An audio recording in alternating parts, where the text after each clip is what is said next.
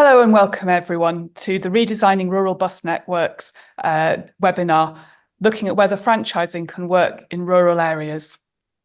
My name's Beata Kubitz, and I'm a transport consultant working in new mobility in connected networks and mobility as a service, shared transport, demand responsive transport, anything that is not just your standard bus and rail. So we're here today hosted by Landor Links Live, and Landor will be running a conference in July about quality rural bus. So this is just a quick notification that that's something that you can be looking forward to in about 6 months' time. Next slide, please. So we're here today because we've had a change of government in the UK, and that government has seen fit to look more at buses. We have forthcoming opportunities with the buses bill, new funding streams, and a wholesale change in local authority structures and planning legislation. So it thought it would be a good moment to look across the channel at France, where in 2019 there was quite a major change in the way that transport was organised. The Loi d'orientation sur la mobilité 2019 affirmed that everyone had a right to transport, and that meant public transport, not just private vehicles. And it was a law that was aimed at social equity and also decarbonising the transport structure in France. And it wasn't an easy thing to implement because not everywhere in France had what they call the compétence for transport. So it involved reorganising regional departments to change that responsibility and devolve it down to local structures that were able to deliver transport. It involved some trials and also changing the way that funding streams were allocated. In France, transport is traditionally funded through payroll taxes, energy taxes, and energy saving certificates. So if we can look at a few of those, how that worked out in the next slide. Next slide, please. So this was quite a comprehensive approach and we can look here at a French village, 450 people. We can see a small fixed bus which connects some very small villages. It's a 3 times a day bus. A neighbouring settlement with 1,000 inhabitants has an hourly bus service. So it's quite buses go down right into rural areas.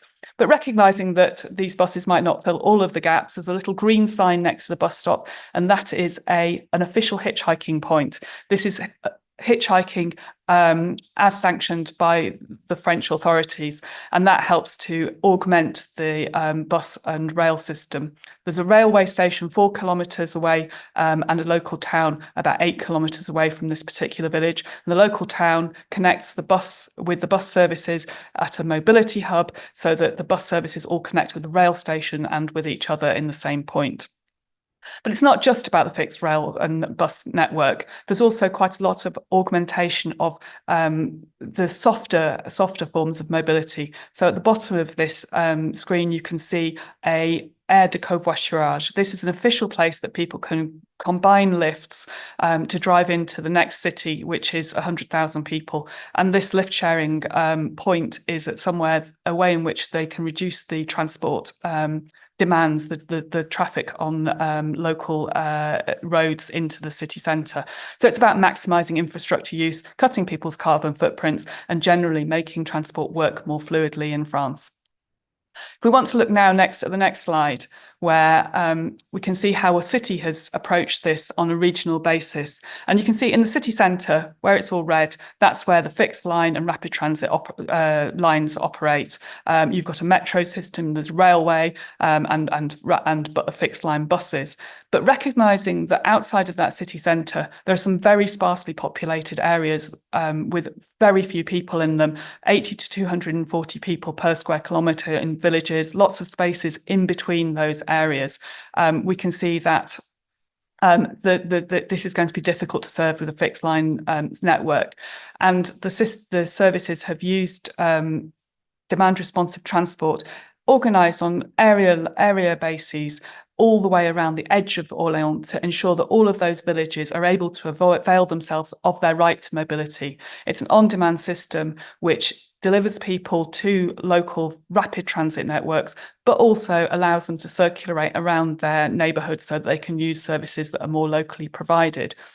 And the local transport executive has recognised that this is a cost-effective way because it's comprehensive and it combines both the fixed line and the demand-responsive transport network in one funding package. It's actually a comprehensive and cost-effective way of providing transport for everyone that has the competence, which is both the authority and the requirement that it serves. So that's a little look at Orléans, and we're now going to move on to the UK in the next slide, where we have the opportunity through all of these new initiatives, new funding, the buses bill, local government reform and the planning system, to look at rural areas and how those rural areas could possibly benefit from all of these new initiatives. So I'd like to introduce our panel today. We've got Jonathan Bray, who you may know better from his role in the Urban Transport Group, who is now a Welsh Government advisor on bus reform. Stephen Joseph also previously had a long-standing role as the Chief Executive of the Campaign for Better Transport and is now a professor at the Smart Mobility Unit in the University of Hertfordshire. And James West, who is the Business Development Manager for Northern Europe for Padam Mobility, which is an on-demand platform for organising on-demand bus services. So I'd like to invite Jonathan to share his presentation.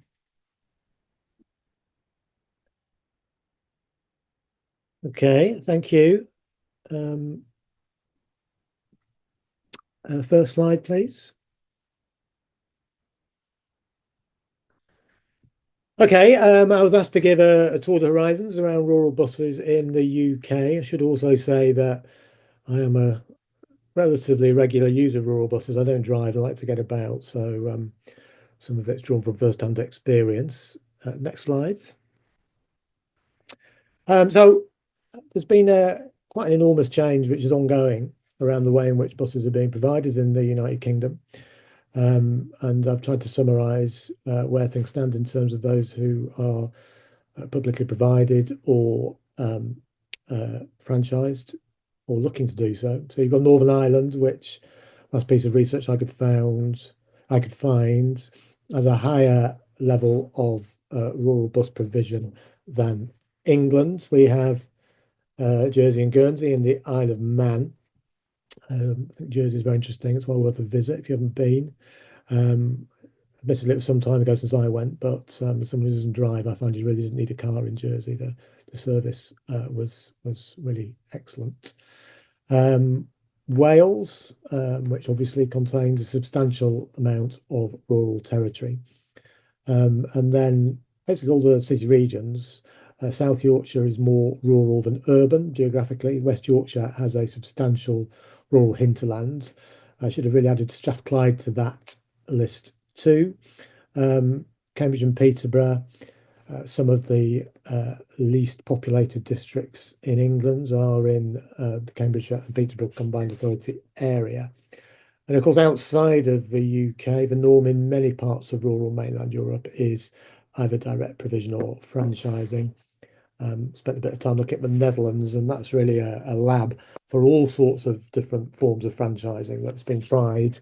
I'm always struck by a visit to Friesland in Groningen, where they have bus hubs absolutely in the middle of nowhere, just for the purposes of buses connecting.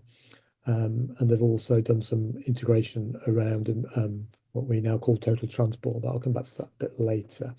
So I think I've been a bit conservative there by saying 30 million people. I need to review that figure, but it's there or thereabouts. And the population of UK arrive in an area that is franchised, exclusively directly provided, or has declared that it is their intention to go down that route.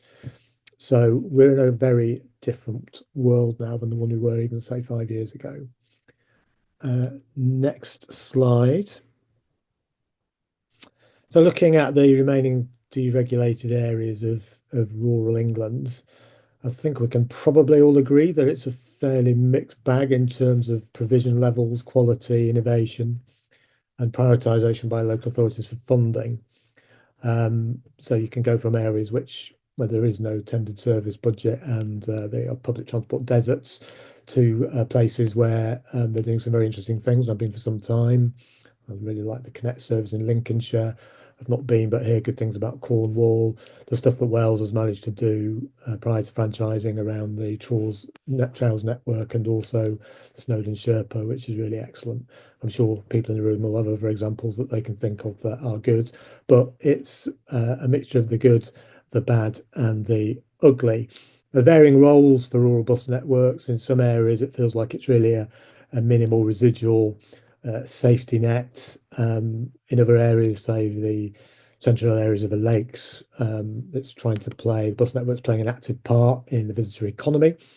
And in some areas still, perhaps particularly rural areas around some of the PTEs, that they're still proper players in the wider transport mix. They're trying to not be residual or just address a specific submarket, but to be proper players in that wider transport mix, but varying roles. Generally, rural bus networks by definition have a relatively high proportion of supported services, which are generally tendered as individual services rather than a network basis. Next slide. Have we missed one there? Thank you. So I'll just rapidly run through the main arguments about why bus franchising in general has advantages. And there's a cross-subsidy within the network rather than the commercial companies running profitable routes and then being also paid to make a profit on the uncommercial routes. So therefore, you don't get the cross-subsidy within the network, so it costs you more. You can have consistent and enforceable standards. And again, that helps with the mixed bag of the good, the bad, and the ugly we see in bus services, often in the same area. You get to franchise services once rather than continually, because that's what a lot of rural authorities are doing now. They are franchising just on a continual route by route basis rather than doing it once as a network. One fare, one network, one brand, one responsible body. Keep it simple, stupid. Have fewer meetings, consultants, reports, and then the strategy reviews because you've got a contract. And you also pay once for everything, not extra for every single thing. So, you want green buses, we need more money for that. You want smart ticketing equipment, we need more money for that. So instead of paying everything separately, you pay once for everything. And also the opportunity to integrate with other modes, in particular rail network, which can sometimes provide a kind of spine within a rural area. Next slide. My franchise in rural areas picks out 3 there because you're paying for most of it anyway, and you're paying for individual contracts anyway. So franchising kind of rationalises that. The total transport opportunity, which has been tried. We had the pilots, of course. It's not perhaps as successful as it could have been, mainly because the NHS didn't want to play ball because no one joins the NHS to do patient transport services logistics. They do like helicopters, but it's not really what drives people to join the health service. Plus, what is a lot of money to us is chump change to the NHS. So that was a bit of a blocker on that. But if you look at going back to the Friesland example in the rural north of the Netherlands, again, it's sometimes been there, so I can't vouch whether it's still in operation. But they had gone some way around integrating budgets and fleets for social services, healthcare, and regular public transport as part of a DRT feeder network that fed into a network of fixed and semi-fixed routes. So if you're looking at doing a total transport opportunity, the rural areas, it's probably going to be easier because the bureaucracies are smaller. There's less people involved than in a large city region. And if you look from space, you would say, well, it's something we should be thinking about, given that there is a lot of collective, publicly funded transport running around, social services, patient transport services, CTA, tendered services, commercial services. And a lot of that tends to be run from separate budgets, separate vehicle fleets, and separate bureaucracies. So if you've got the conventional bus network under a franchise contract, then you can start to more easily add on some of those total transport additions. Everyone will be aware, of course, that the new Westminster administration is very keen to get things built, particularly housing. And the advantage of the contract system is you can get the provision in at the start when people are making decisions about their future travel patterns, rather than belatedly when it's in place and it's decided that there is a potential market there. Next slide. Of course, there are significant challenges around rural franchising. Listed 4 of them there. There's the resourcing and setup costs, and particularly an ongoing subsidy to support it. And the startup costs are probably the big thing there. Going back to the Jersey example, in terms of officer time on the franchise contract in Jersey, it was less than half one person's work. So it wasn't a great ongoing resource issue. The startup costs, a different kettle of fish.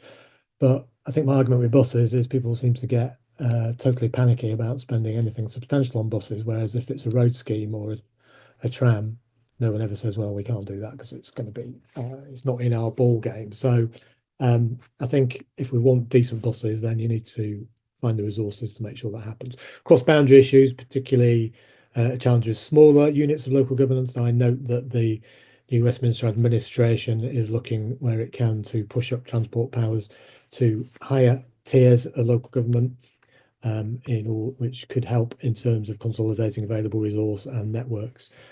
The future of small and medium enterprises, that is a challenge, partly because they are a bit of a mix of the good, the bad, and the ugly. There are some you wouldn't want to lose. There are some probably you wouldn't mind if they vanished. And of course, many of them are vanishing anyway under deregulation, have been for years. A lot of them are legacy operators who eventually want to sell up, and that's a continual process that we're seeing. But I do think that it's a legitimate ask around franchising to ensure that it's a level playing field for small and medium enterprises, that there is support for them to be able to compete with the big corporations. And entrenched opposition from officers and incumbent operators. I was always surprised when I was at Urban Transport Group how ready a lot of rural authorities and officers were willing to criticise what we were doing. We would never do that, but also in a way to go against what their elected representatives were saying, which was the LGA line was pro-franchising, and a lot of opposition was coming from officers in rural areas. So again, if we get new units of local government at a high level, perhaps some of that will change. Next slide.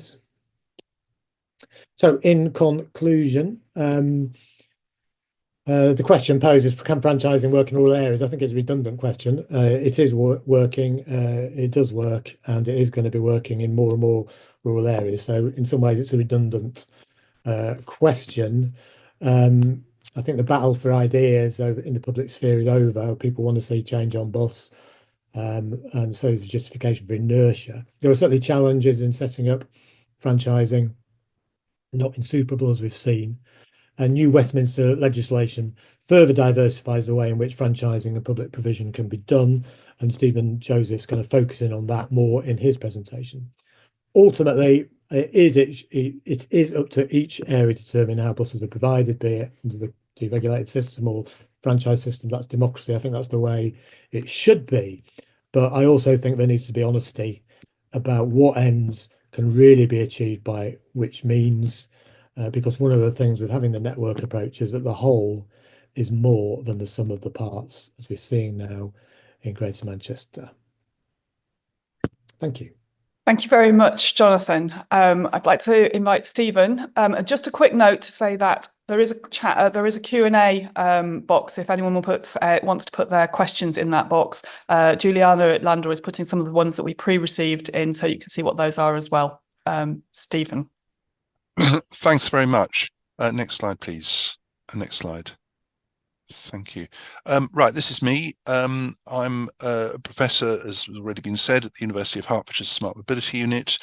I'm a transport policy consultant, and as Beata has already said, I was the CEO of Campaign for Better Transport, and I'm a trustee and chair of the Foundation for Integrated Transport, which is a grant-making trust that supports campaigns and services around integrated transport. Next slide, please.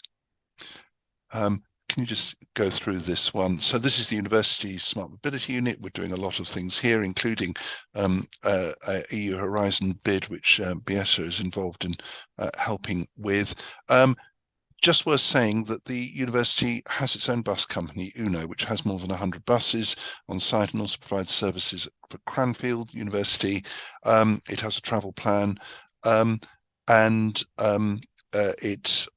we've done a number of reports, including the State of the Nations reports, and particularly we've done some roundtables on looking at the future of transport outside cities, because there's been relatively little research on that.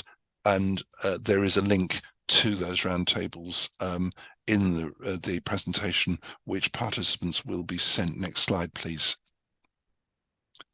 And as I think, as has already been said, in fact, the Quality Rural Bus Conference in July is being hosted at the university. So here's a context. So nobody needs to nobody on this webinar needs to be reminded about the decline in rural bus services. Every region has lost provision. Fares have increased above inflation. That's the bottom right-hand one, at least until the bus cap came in, certainly above the costs of other transport.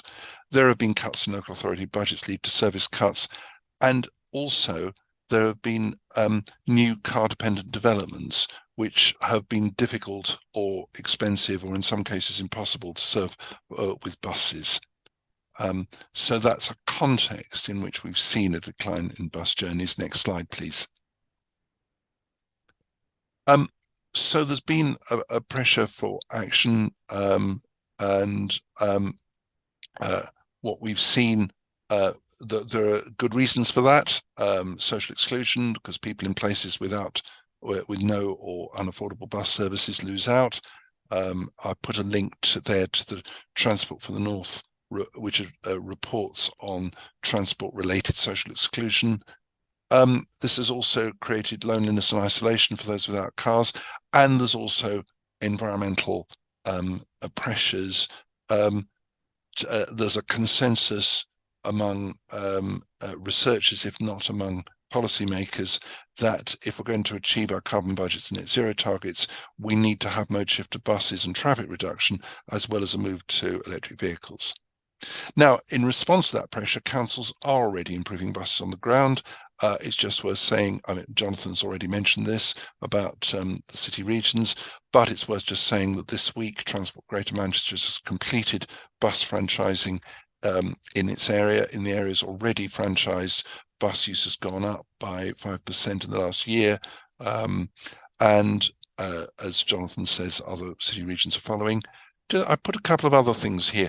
Pembrokeshire Council in 2022 bought a local bus company because there was a risk that they wouldn't have anybody running buses at all for things like school services. So Pembrokeshire have bought and run a bus company themselves, and that is legal, and they continue to do that. It's just worth mentioning that in the context of the discussion, which we'll go on to, about publicly owned bus companies. But that's a case where a very rural council actually runs its own bus company. Cornwall's already been mentioned. It has improved its buses significantly using the partnership framework, but it did, in its original devolution deal, have the option of franchising as a kind of backstop. But it is worth saying that current legislation constrains, well, choices by local councils by action, an action that they make. Next slide, please. So can you go back, please? Thank you. So here's a context for bus reform. This is government transport policy. They are creating a national integrated transport strategy. The call for evidence on that finishes at the end of this month. They've announced a new approach to business schemes and scheme appraisal, an end to the culture wars on active travel, a review of transport infrastructure projects, some of which have already been, some historic road schemes have already been cancelled, and more widely, as Jonathan said, there's local government reform, including devolution of budgets and powers, especially to mayors, commitment to new housing and planning reform, and a renewed commitment to tackling climate change to net zero, including faster moves to phase out petrol and diesel vehicles, which does affect buses too. Next slide, please. So we've got a programme of bus reform. Bus service improvement plans were required by the previous government. Well, one of the previous prime ministers then went away again, but they've come back. So bus service improvement plans are supposed to be created by every English local authority.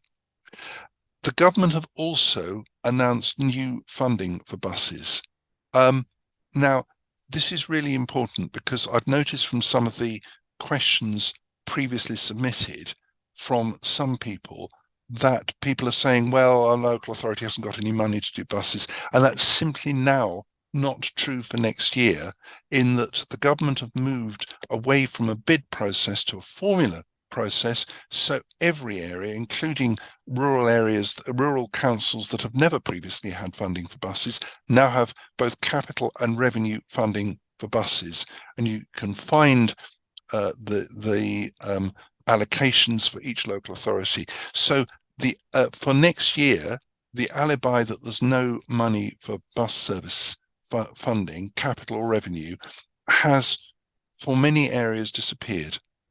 The bus fare cap, yes, it's gone up from £2, but it has been retained at £3, which for some more rural areas is actually still quite important. I've mentioned devolution. You've got strategic authorities being created, which will be required to both develop local transport plans and decarbonise buses. There are new regulations and guidance on franchising, which is quite detailed and does include quite a lot of stuff about the way in which franchising can be done. And then there's the Bus Services Bill, which was introduced in December and had its second reading in the House of Lords yesterday. Next slide, please. So what's in the Bus Services Bill? Well, it's worth taking a look at this. So firstly, there are measures to make franchising easier and quicker, various things in there. Direct awards of contracts to incumbent operators are allowed. I want to come back to that. That's really important. Stronger enhanced partnerships. Now, under these, local transport authorities must specify socially necessary services and requirements for changes to these, which does take you slightly in the direction of the French system that Beata mentioned earlier. So local transport authorities are going to have to set out what they think socially necessary services are and the changes required to those. So there will be we will move away, even under enhanced partnerships, from operators just changing stuff overnight, getting rid of socially necessary services overnight. And there's a requirement of information from operators as well. There's a power from councils to create new local authority bus companies, to design and pay grants to bus companies subject to government guidance, to tackle antisocial behaviour, set bylaws and enforcement. And there's better bus service information, requirements for service details to go onto a single database. Next slide, please. And there are some other things in here. New accessibility and personal safety standards for bus stops and stations with government guidance. This applies to every local authority, including in Wales, by the way. I think, no, that doesn't. That applies in England. Safeguarding checks for drivers of school buses and mandatory staff training for disability access and awareness and to tackle antisocial and criminal behaviour. And zero emission vehicles, a provision for ending diesel buses from a date after 2030, to be determined, but provision is in the bill to do that. Those last three apply to England and Wales. In fact, the zero emission vehicles applies to England, Wales and Scotland as well. So that's the bill. Next slide, please. Now, a really important point to make here is that franchising can take different forms. And I think there's been a tendency to think that what franchising is what TfL's done.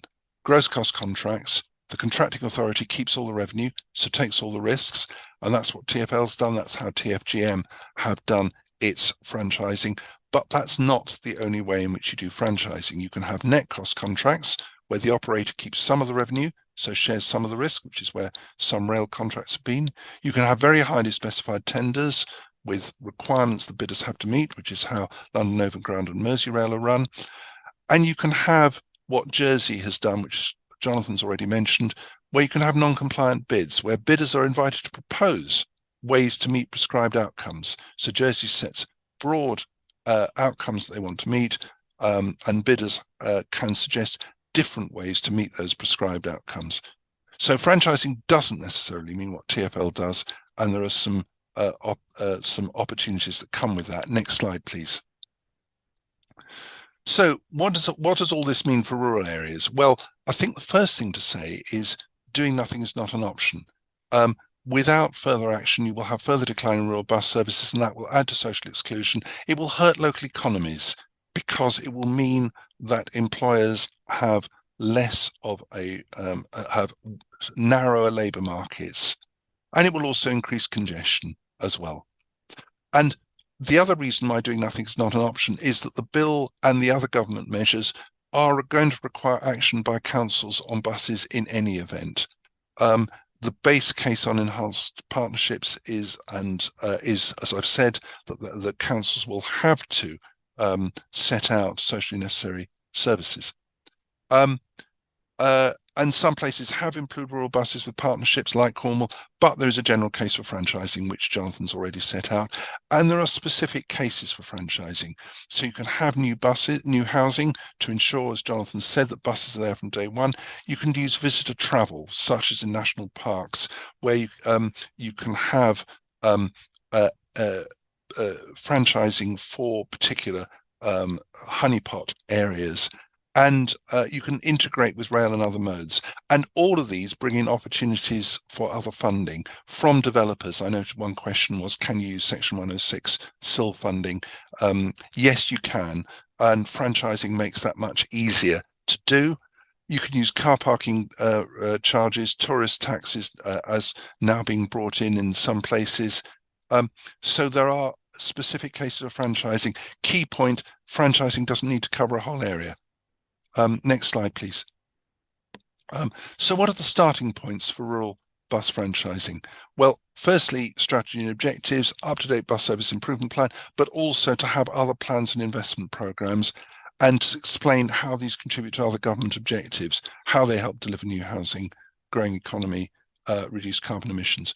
Working with communities, talking to people, talking to non-users as well as users, different ways of engagement. One of the things that happened in Greater Manchester was an engagement with people who didn't use buses because there weren't any there, they couldn't use them, they couldn't afford them, and that was really important in getting franchising over the line and designing the franchising scheme. Setting clear outcomes. What authorities want to achieve in terms of connectivity, accessibility, affordability, and that will enable you to assess franchising, and it will also make the case for funding and for engaging with current and potential operators.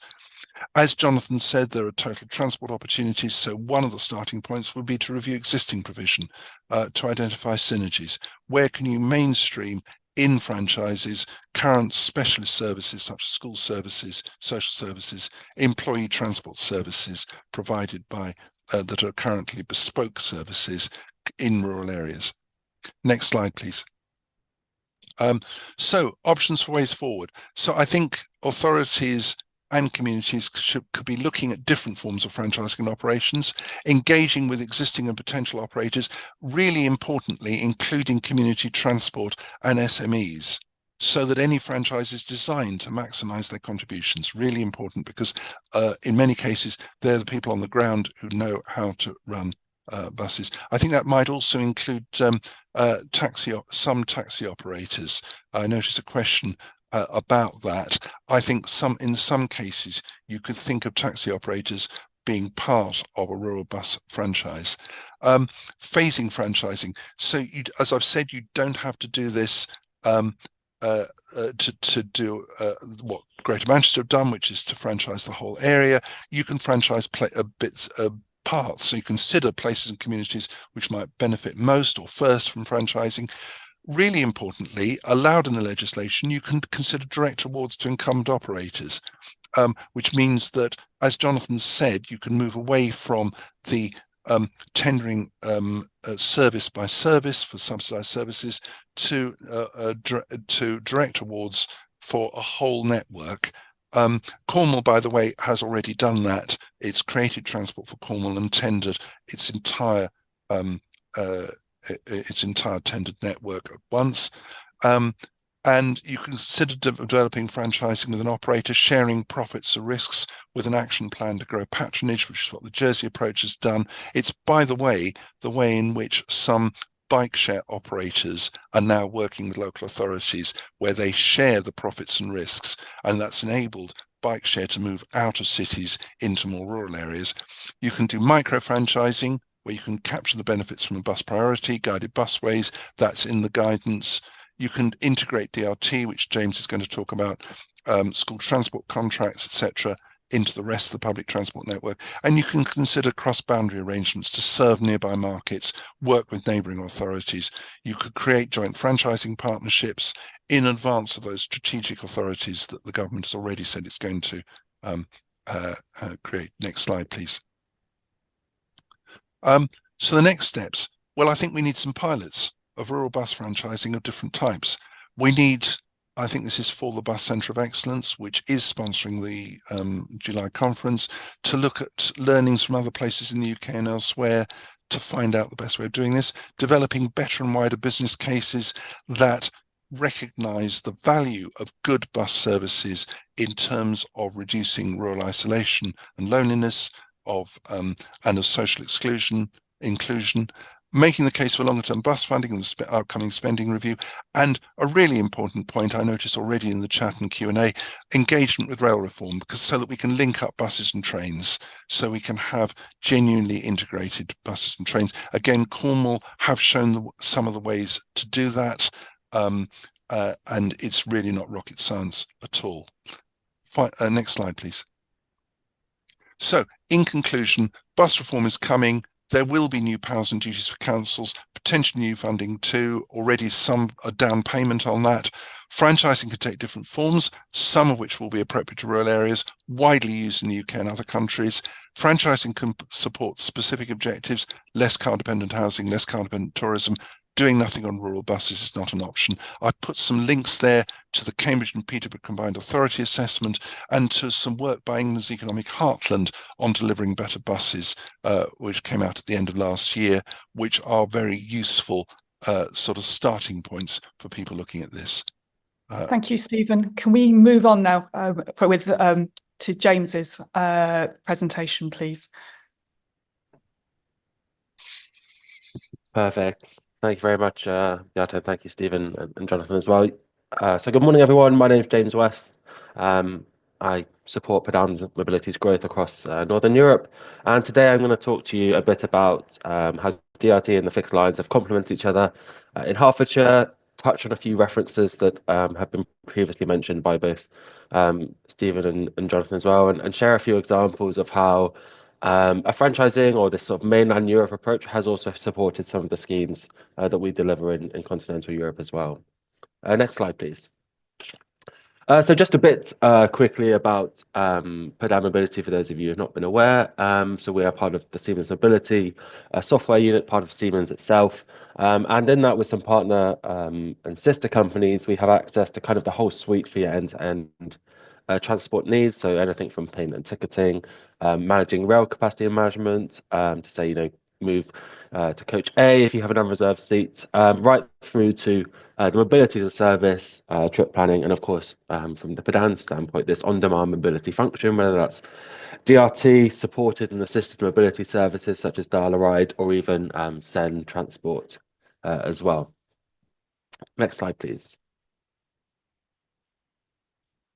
Next, yeah, thank you. And we've done this about 200 times across Europe and in parts of the UK. And I think pertinent to the sort of rural discussion we're having today, a lot of the schemes that we operate and provide the product for in the UK were initiated by the Department for Transport's Rural Mobility Fund. And those were really focused on filling the gaps where conventional fixed line transport is no longer operating.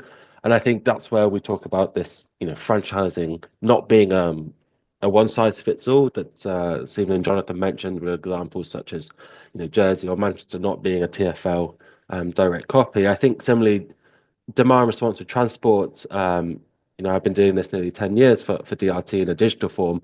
It's not the silver bullet, it's an enabler for the rest of the transport ecosystem. It needs a various set of parameters and controls to help connect and enable people to use other modes of transport rather than just a standalone. If we can get them to a bus station or a rail station or a wider transport hub through a form of DRT, then that's what we are hoping to do. Next slide, please. And so in terms of how we enable that, I think that's this service configuration type. When we talked about franchising, are you talking about rural franchising? Are you talking about partial franchising of an area? Similarly, when we look at that from a DRT standpoint, when we want to set up a service that best fits an area, this is what we look to do. The free floating is just standard, most common type. It's anywhere to anywhere is where the vehicle can go. And then we also have the feeder services. So do we want to connect people to enable transport that departs, the railway station, the train leaves on the hour, every hour? Can we make sure the vehicle's there 5 minutes advance, guaranteed, so people who are making journey specific with those purpose specific journeys can enable that? And divergence, similarly, the train arrives at 11 a.m. We need to get people then from 11:05 to their places of work. And how do we blend it in this world where DRT is sort of this hybrid between taxi and a bus, the fixed line and the virtual line? What's that dial of how rigid the mode of transport is that we're going to do? And I'm going to talk to you today a bit about what we're doing in Hertfordshire and kind of how we are plugging the gap, how we are complementing the wider transport network with DRT to support fixed bus line and beyond. Next slide, please.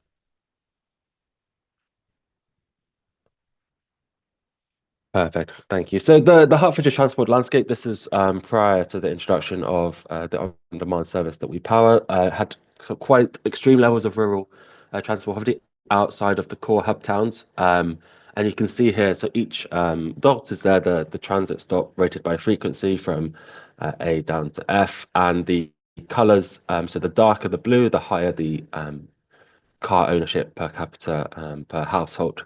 So you can see it's almost no surprise that in areas where you have the darker reds, so the higher quality public transport access, the car ownership is relatively low, and the sort of more radial you go, the more isolated you go, there are lower quality access to public transport and therefore a higher ownership of cars per capita. This means that there's really limited incentive for multimodal trips. There is no way for someone to get to a train station to then take a rail journey into London or to the north, because there is not sufficient public transport or bus fixed line access to enable them to do that.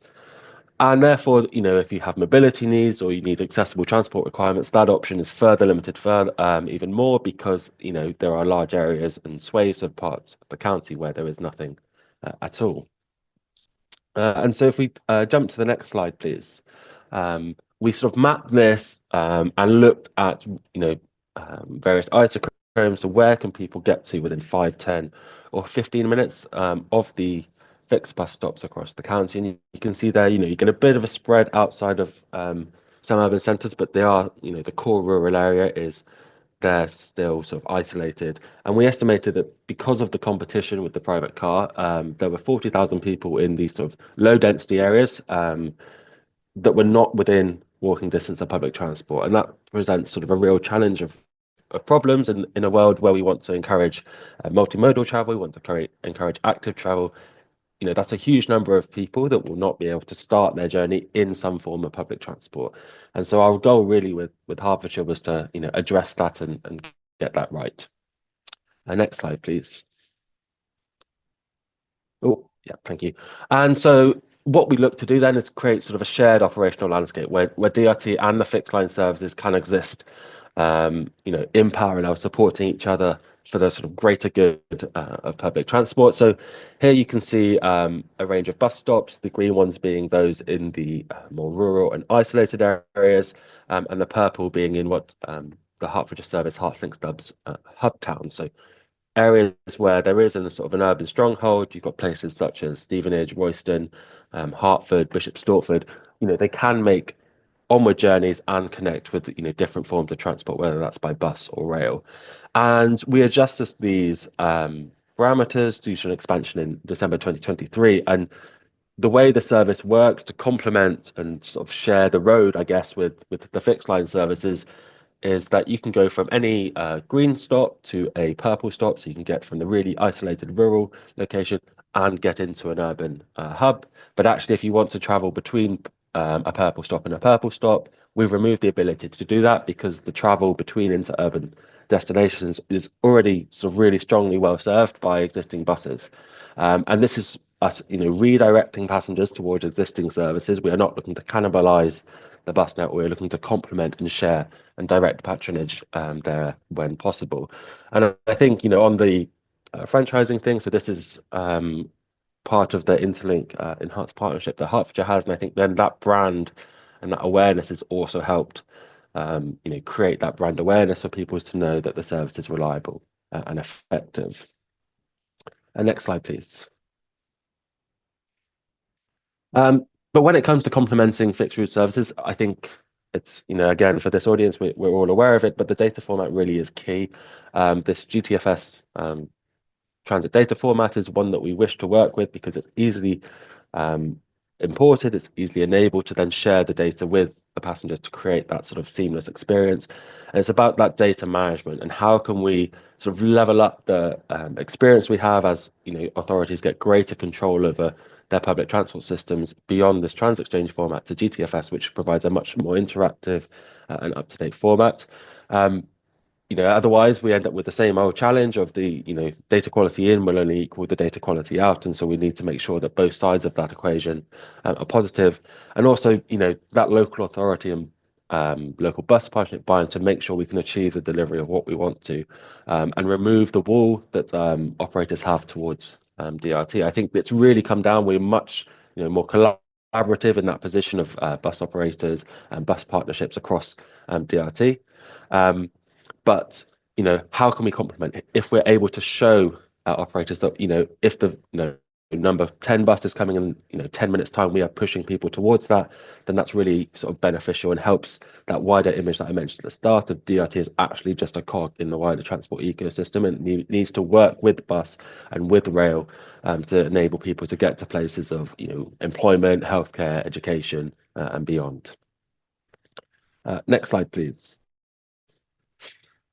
And so what do these integrations look like? There's a variety of ways to do that, taking the additional public transport information, integrating with the existing network and sort of really embedding DRT within that, or the non-competition side and saying to people, okay, you want to travel between point A and point B, it'd be actually more beneficial because you're waiting half an hour for a DRT, but in 10 minutes is the bus service, and we'll push you towards taking that. And then you're still locking someone in to that public transport life cycle.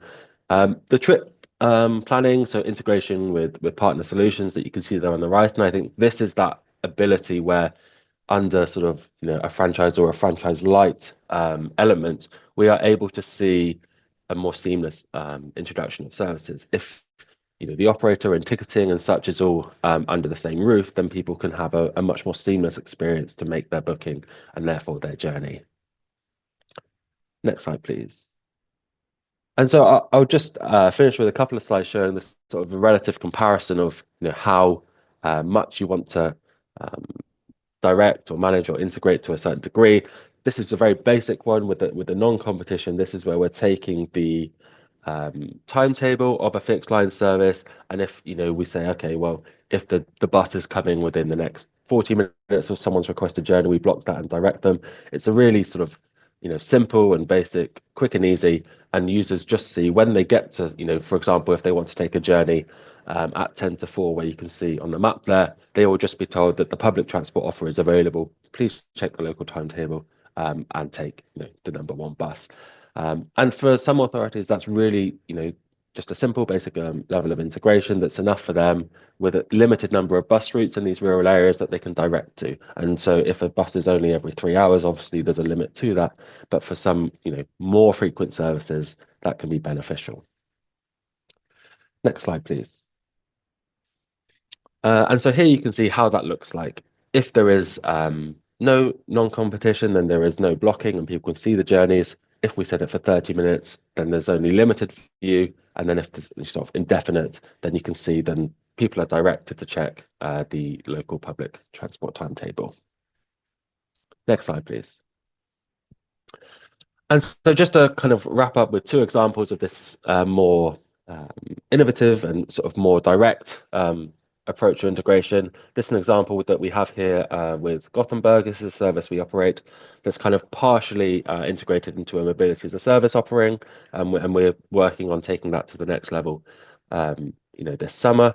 It's a feeder service. They have a number of routes in a small rural part of the sort of the greater Gothenburg area, and their goal is to get the service, into a hub where there is the express services that take people directly in to the centre of Gothenburg. This is done through journey planning applications. It's seamless, and it removes the need, and the authority has then sort of done away with low frequency routes, and the bus on demand, as they call it, is now replacing that with the goal of this sort of hub and spoke, getting people to the hub and then allowing them to make that interchange further forward.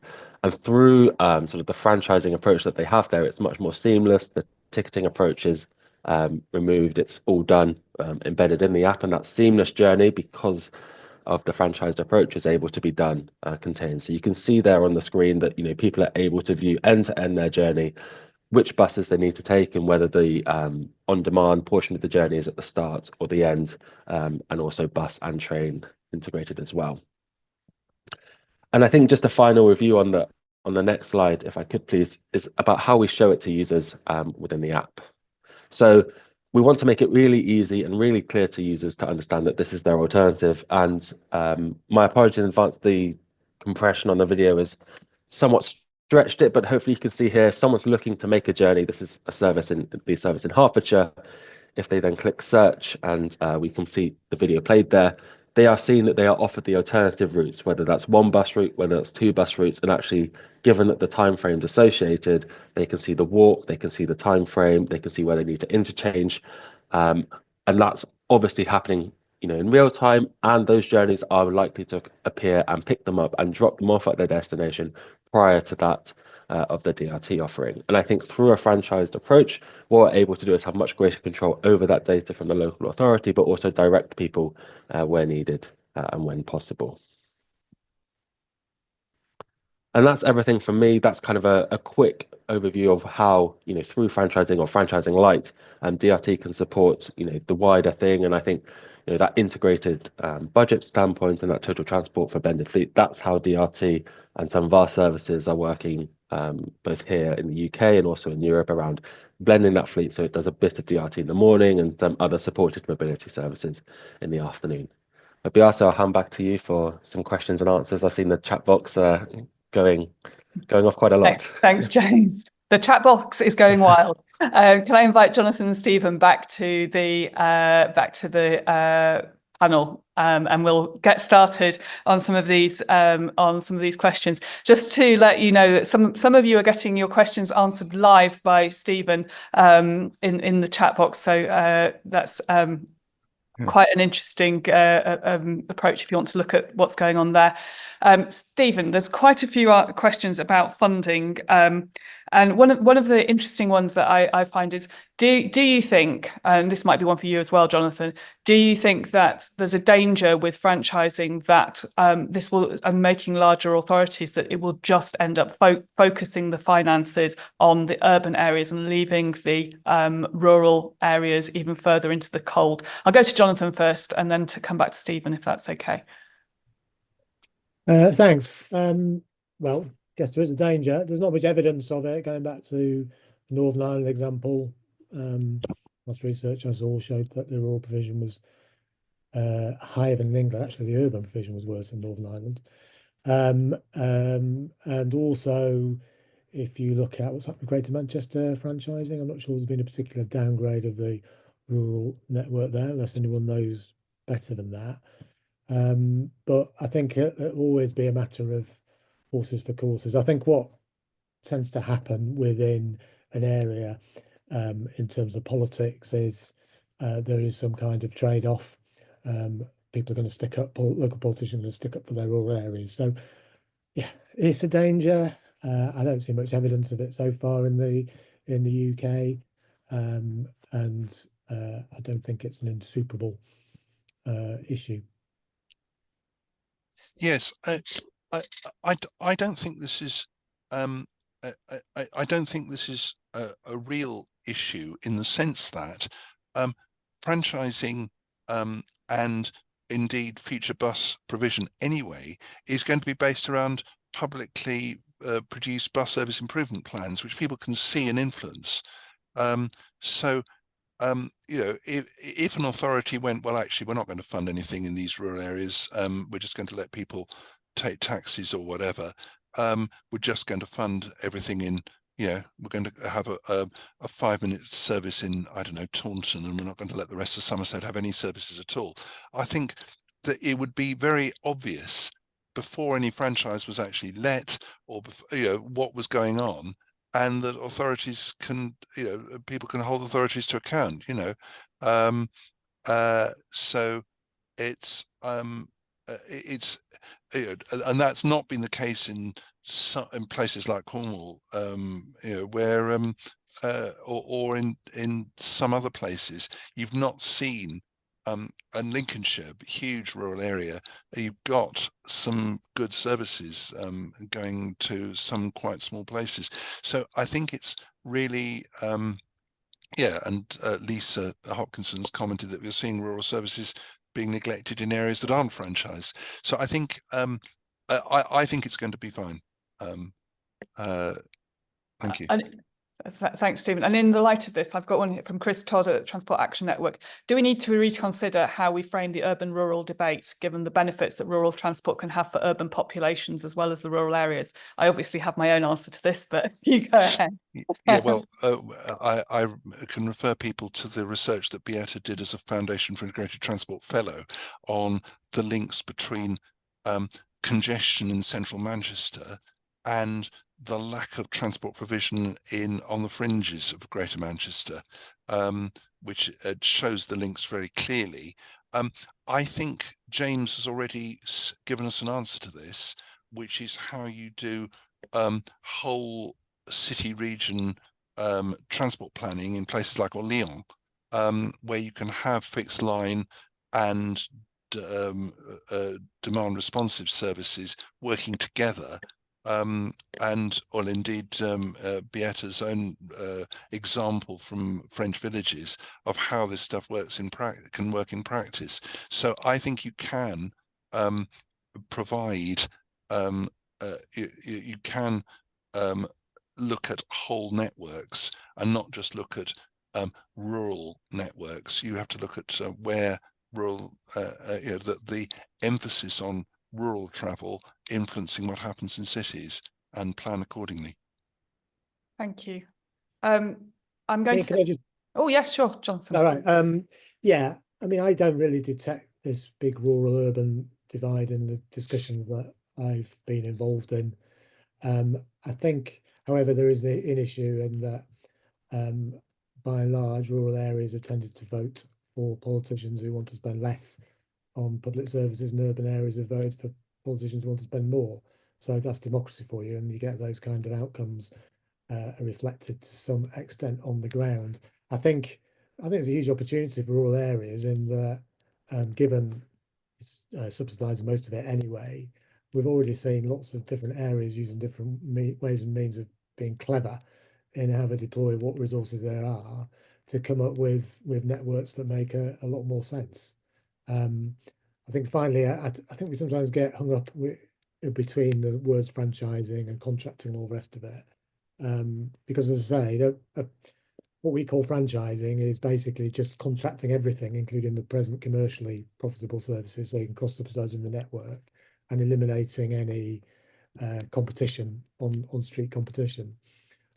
That's the basic difference between that and the various variations of tendering within bus deregulation. So sometimes these terms, I think, have taken on a meaning of their own. I think it's about looking rationally at how you can maximise the resource and what is the most sensible way of getting the best network you can on the ground. And I think there are huge and exciting opportunities in rural areas that in some ways are not so easy to take in urban areas. And we've seen some places doing that already. And I think there's a lot of scope for more of that.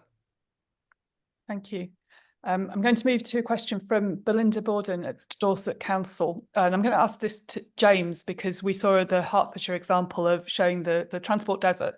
And Belinda's asked, how can you assess local need for public transport and social isolation as a metric? What can you look at? What should local authorities be looking at? She's also asked how local government can stand up to the power of bus operators which cut services, claiming they're not commercially viable. I think that's more a part of the franchising debate, and because that will come to an end with the end of those sorts of commercialised services. So James, sorry. Local need for public transport. Yeah, I think, thanks, Beata. I think that the social isolation one is a big one. It's kind of taking that data that I showed on that slide around what is the transport provision. It's kind of, if we had TfL has the PTAL, the public transport accessibility landscape mapping, and it's kind of replicating that in your local area. And I think we're very urban centric sometimes with how the fixed line, but the routes have worked. They're very keen on taking people from the outskirts into the centre, but these radial journeys that often cover the more rural parts can be sort of left behind. So if we can plan accordingly and assess that social isolation, I think it's all about that social value, which is becoming more and more important when people are presenting their BSIP or they are presenting the need and use cases. It's about saying, okay, here we can develop an offering that would provide, a level of access, and that level is better than nothing. And also looking at, where does that sort of drop off, happen? So is it, X amount of miles from, the small urban centre, then the car ownership is rapidly increasing to, 1.5, 2 cars per household. And also looking at what's the time penalty for social exclusion. Are people taking their car because if they did have an offer of public transport, the car journey might be 20 minutes, and a bus journey with a route that happens every 2 or 3 hours would take 2.5 hours. Obviously, the car is then extremely quicker. But could we implement a DRT that could make the journey 35 minutes, and therefore the time penalty of 15 minutes sees it to be more competitive, and that way you're getting more sort of public transport penetration through DRT and removing that level of social exclusion and also sort of transport exclusion. I think, as Stephen and Jonathan mentioned, transport poverty, transport exclusion is a big issue that we need to try and fix through this model. Thank you, James. I can't find it now, but I did notice a question that came up about buses being one thing, and it's being good to provide buses, but getting to the bus stops can be equally as difficult in rural areas where there are a few pavements, muddy tracks and lanes. I don't know if anyone wants, well, James maybe and Stephen would like to comment on that and how it could be solved. I think just from my side, it's about safe and secure infrastructure. It's we're not talking about lots of money to create these stops. We just want to create somewhere that's safe and easy for a bus and person in an accessible way to board a vehicle. And it's just thinking the process through. I'm not a transport planner by trade, but I think it's about these elements to come through to make sure that creating an accessible transport, or alternatively looking at sort of coagulating stops in places that can be best access. And in rural areas, there are still places that can be done with that. Stephen, I'll pass it over to you. Yeah, I mean, I know in a way, I think this is about some getting over some silos. I think there are people from Living Streets and Sustrans on the webinar, and they've got lots of experience in making good rural, good walking and cycling access to across rural as well as urban areas. And I think we do need to look at access to stops. Actually, as I've said, there's provision in the bill for the government to set out accessibility requirements for bus stops. So actually, I think this might be coming anyway. I think actually looking at how people, at what bus stops are, whether you have to, for example, cross a dual carriageway to get to a muddy path or something, which I know places where that's the case, I think you do need to do some auditing. And that goes for DRT stops, virtual stops, as well as formal bus stops, by the way. I think that's a really important point there. And just because Google Maps says that there's a walking route doesn't mean that there really is a walking route. There's I think some opportunities there to try and, well, this is a battle that Beata and I have been fighting to try and get Google Maps to think about walking, but that's another story. I mean, just to come in on the bus stops point, it's interesting, in Ireland, when I was there, they've done a hell of a lot of fantastic work to expand the rural networks there. And now they're saying the real big issue now is the stops and the infrastructure. That's their next mission, because they're not in good shape. I mean, I know this in Wales as well. It's an incredible mixed bag in terms of the quality of bus stops. There are thousands, apparently, that don't have any formal stop at all.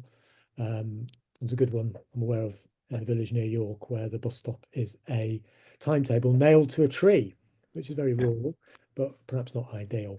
So I think perhaps everyone bangs on about bus priority, which is mainly an urban issue, but it's not the only game in town in terms of bus infrastructure funding.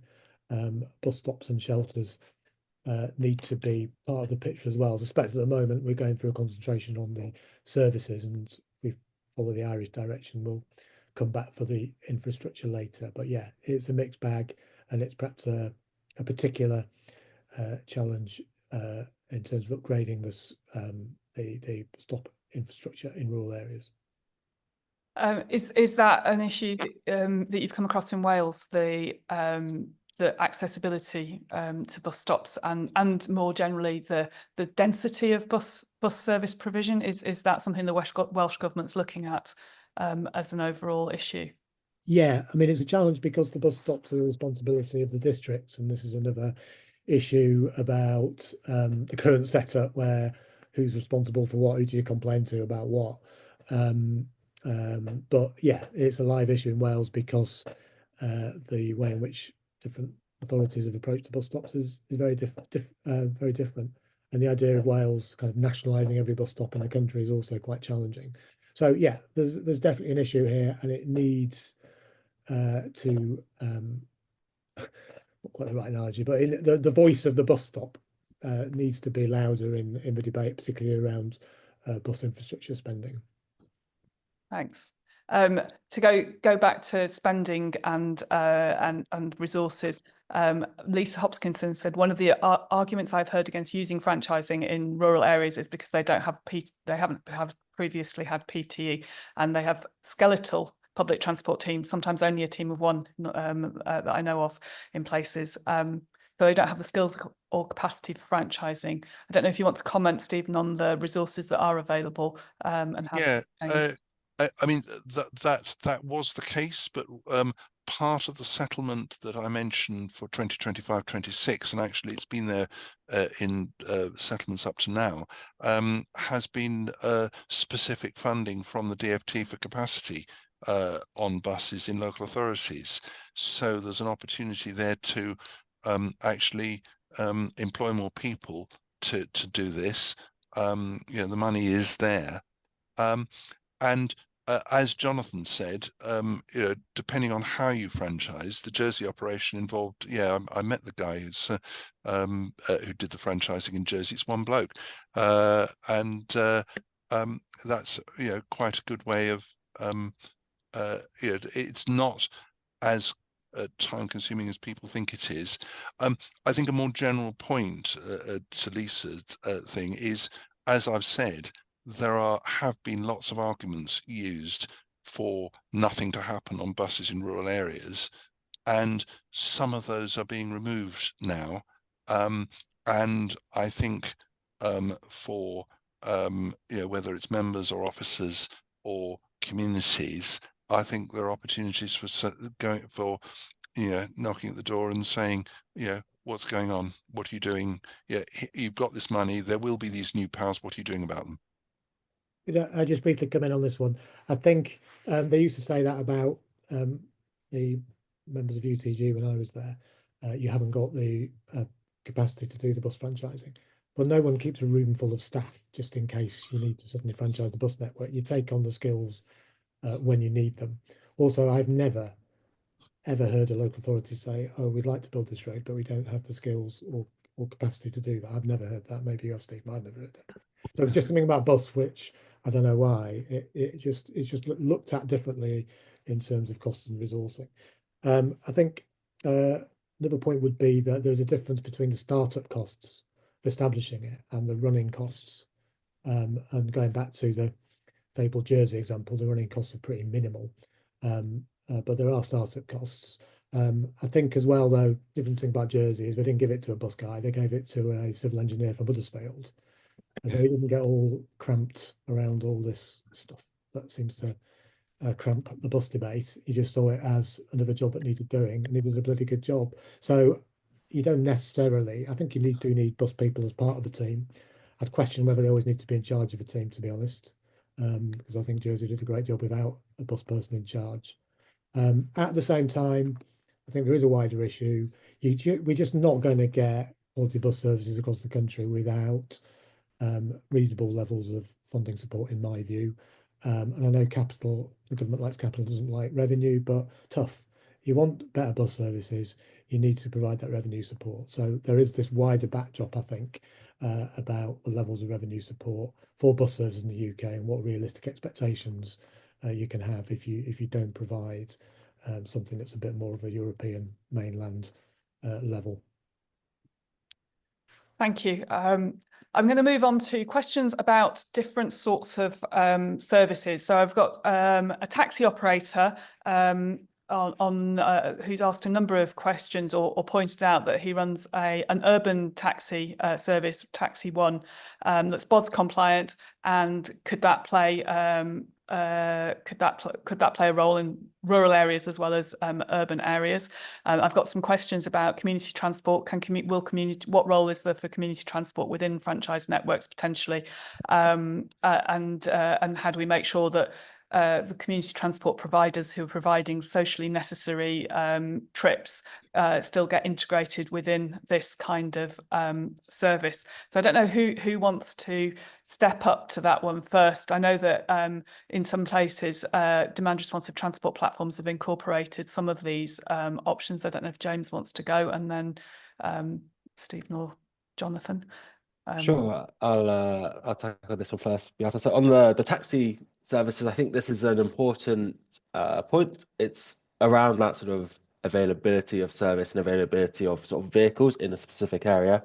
I don't think it's come to the UK yet, to my knowledge, but in Germany, we have some services that kind of subcontract to taxi operators, and if you have a cluster of fleet in one part of a zone, and it requires sort of almost a penalty score to transfer that larger vehicle to the other side of the zone that could be 30, 40 kilometers away, can we direct that journey to the local taxi operator to serve that? Because actually, the subsidized cost of that is, relatively speaking, less than transferring a vehicle in someone's time for that. So I think that's definitely an option to explore further in the UK. And I think similarly, there have been examples in the US, more with the bigger, ride-hailing firms such as Lyft and Uber, where, again, out of hours or in periods of lower demand, a taxi fare is subsidized. The end user pays $2 to $3, which is what the bus would be, and the sort of remaining fare is picked up by the local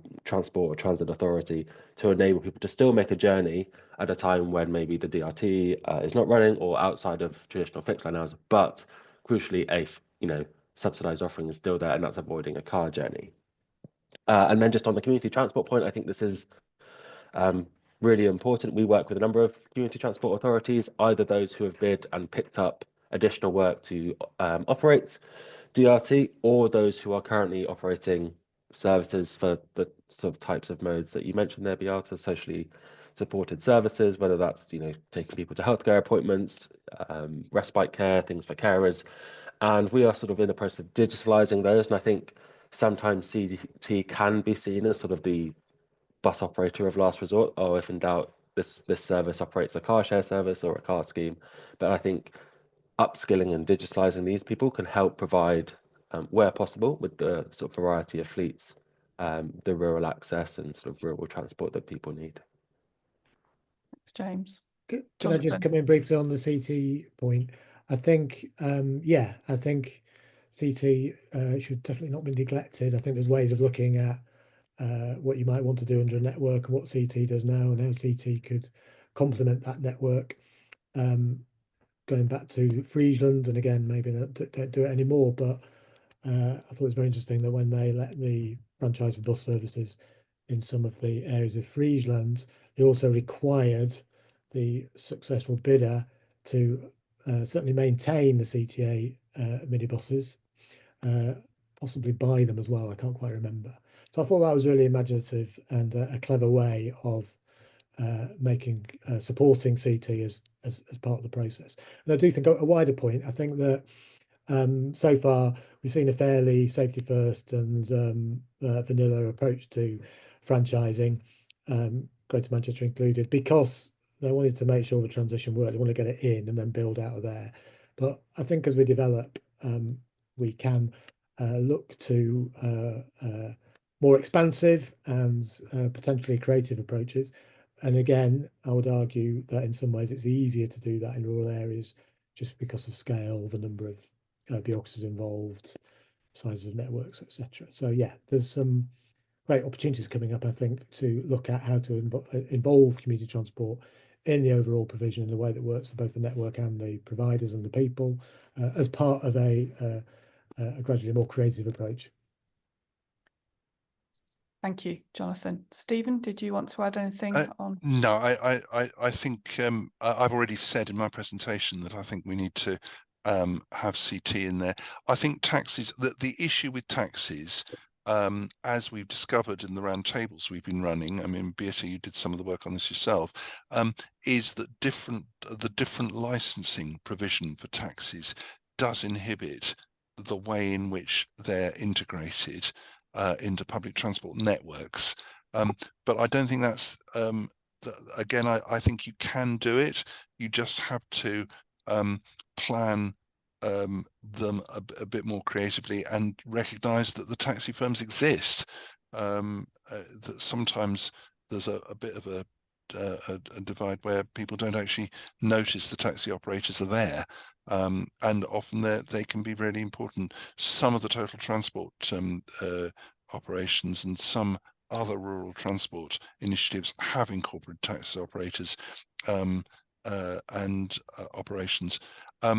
So I think there are opportunities to bring taxis in from the cold, as it were, in terms of integrated transport. Just going to follow that up with a supplementary question to Jonathan, because I read recently your analysis of local authority reform, that could in fact bring change some of the taxi regulation. Yeah, I thought that was good, because a lot of governments have put it in the too difficult basket. No one wants to argue with a load of taxi drivers. But they haven't. And I think that's important, because taxis aren't some kind of, oh yeah, taxis as well. They are part of the mainstream transport system. And I think one of the things we need to do is reduce the opportunities for a race to the bottom. And I think moving licensing standards up to a higher tier than they have been, and ideally also stopping the fact that, oh, that's strange, my taxi is registered in Wolverhampton, but I live in Northampton. That's because Wolverhampton's got much weaker standards for licensing than where you are. So these kind of things do need addressing, and I think if we can get the sector onto a more modern basis, then it'll be in a more fit state to be part of the wider forward thinking around rural networks. Thanks, Jonathan. I'm going to move to a slightly wider couple of questions. One from Alistair Kirkbride asking about franchising legislation and whether it needs to differentiate between more urban and more rural areas. Are they put different in the way that people travel, the density that require different approaches and opportunities? But also there's a note at the end from oh, I've lost it now. It was who it's from, but it was asking about whether we should just think of, rather than urban and rural, lower and higher density areas, that we should actually look at minimum standards for low density areas and relate that to the density of population, rather than thinking too much about this rural urban divide. Don't know if you want to start, Jonathan, because you're sitting on the front of my screen. Yeah, I think on the rural urban thing, I think I would just, if people can just kind of detach some of the ways in which different forms of franchising be used from different areas, it would probably help them, because it's just a means to an end. It doesn't have a particular link with a particular form of franchise. Like people used to say, well, franchise is really expensive because London is expensive, but franchising is just a form of contracting. And as Stephen has outlined, there are a whole range of variations now that you can employ. So I think it's just dump the baggage, look at what your options are, and also, but be realistic about what can be delivered in terms of a optimized, cost-efficient network with which tool, would be my advice, because the options are opening up. I think in terms of criteria, it is attractive to say throughout the country, every village should have a bus every hour, or wherever it may be. And I think criteria do play a part, but there's a danger if you go too far in that direction. You end up with some very weird networks designed to tick boxes, because where is the bus going from the village? How long is it taking? Where's it going via? What time of day? So the more you look at it, having networks derived from simply criteria based may end up with a rather strange network that's a bit of a box ticker. On the other hand, if you don't have any criteria, it's hard to justify. It's basically your judgment call. But you've also got to build in the value of simple, understandable networks. And if you look at something like Snowdon Sherpa, which has taken a whole series of routes and made a clear network with regular frequencies, that's very appealing to passengers. So we also need to factor that into the art of how we improve rural bus services. Finally, I do think consultation is really important. And again, I know someone's on the chat has rightly said, I've asked for a bus service, I haven't got one. Fair enough. But they're in general, I think it's fair to say that we have seen more expansion of bus networks in parts of Ireland. They've been pretty good, as far as I can see, around consulting on those networks and getting public input, which again, we're not very good at. We consult on all sorts of things to do with transport. We rarely do proper network consultations with the public about bus changes. And again, I think we, as people getting perhaps more confident and creative with franchising, I think that's something we need to factor in. And I think we can learn from the Irish approach around network planning and consultation. Yes, I mean, Kate Freeman's been making comments in the Q&A and the chat about moving away from rural transport and talking about sparse demand, dispersed demand. And I've already mentioned the housing estate, the low density housing issue, which can happen in the fringes of urban areas. So I think there's a much wider argument about housing and transport, which is being pursued by Transport for New Homes Create Streets and others. And you know, there are measures being taken with the DfT to roll out the sort of London-style PTAL approach to the rest of the country, so that you've got indicators of this. But as Jonathan says, those tools only work to an extent, because you can have good PTAL scores, but the buses in them don't go anywhere that anybody wants to go to. That's even the case in London, by the way. I think, but I do think, Jonathan said about consultation, but actually I think the way in which the bill, the bus reform agenda is framed, there's going to have to be some proper consultation on the bus services anyway, and there'll be opportunities for people to join in those. So I think getting consultation right is good. Actually, this is one area where the Bus Centre for Excellence might actually want to do some work on what does good look like in terms of talking to people. Thanks, Stephen. James, I was wondering, from your experiences in France and other European countries, what kind of population density does DRT tend to be commissioned? And is there a kind of bus per kilometre indicator that gives you a kind of equivalent frequency, or have you seen sort of metrics, and what are preferences in the rest of Europe? Cool. The density one I think is tricky. It's harder to, say, is it a small, medium, large settlement? Are you talking, 10, 20,000? I think probably some of the areas in Hertfordshire that we're serving, those towns are, 10, 20,000 people as hub towns, but, obviously much rural. There are, tens, if not just a couple of hundred people in some of those villages that need to be served.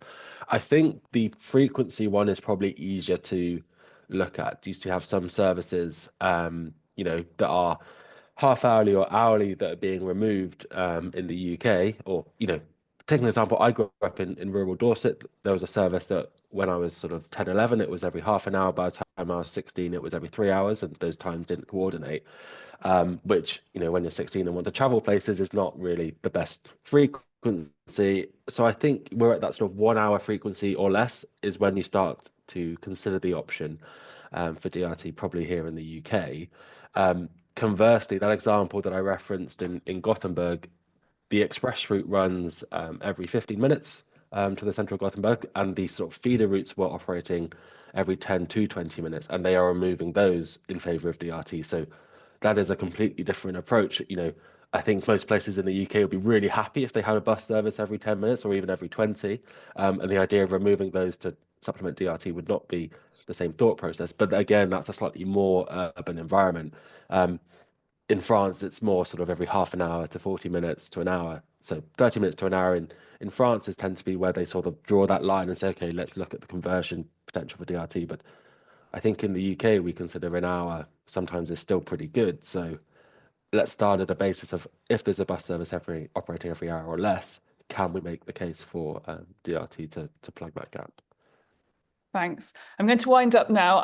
Can we have one thought from each panelist about what you think the opportunity is and what the biggest blocker is to that opportunity? Jonathan, do you want to go first? Yeah, well, I guess the biggest blocker, probably resourcing, including local authority decisions about where they want to put their money within local authorities, and perhaps too that the jail door is open. We've moved beyond an era where it was just about managing decline and there's only one system in which you could do that. The jail door is now open, I think, and some cash has been put through that door in some places. So are we going to see people pushing that door open wide and following some of the great examples there are, which we'll hear more about in the conference in July, and finding the right way of achieving that that works in their area? Thanks. James? I think it's probably what Jonathan said. I think it's the resource. I think it's also just kind of taking a punt on the change and then sticking to it, and not sticking to it for 6 to 12 months and giving it a trial. Actually, that longevity of a 3 to 5 year term, that's what we want to see, and that's what I hope we will see now things are changing, to kind of stick to our guns and say, yes, we're going to try this. This can work, but we're going to foresee it for a longer period of time and then make the analysis, rather than a snap analysis after 6 months and say it's not quite how we thought, and then we wind ourselves back 2 steps. Thanks, James. And Stephen? I think it's simply, I mean, I think the blockers are different in different areas. Sometimes you've got good local authority officers, bad councillors, bad operators. Sometimes you've got good operators, terrible local authority people, and sometimes in the worst cases, you've got a sort of culture of decline. I think that's not going to be kind of allowable under the new regime. But the biggest blockers, as I say, are a lack of belief that you can have something that looks like decent public transport in rural areas. And biggest opportunity? Biggest opportunity is, I think, what's coming down the track in terms of the buses bill and associated funding and guidance.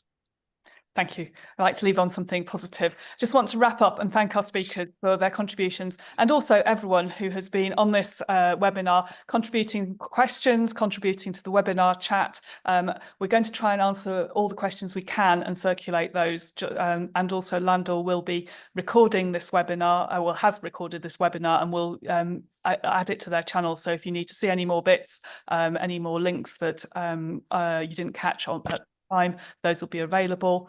And so thanks again. Don't forget the Bus Centre of Excellence Rural Quality Bus conference in July. And I hope that we'll see at least some of you there. Thanks very much. And goodbye from me.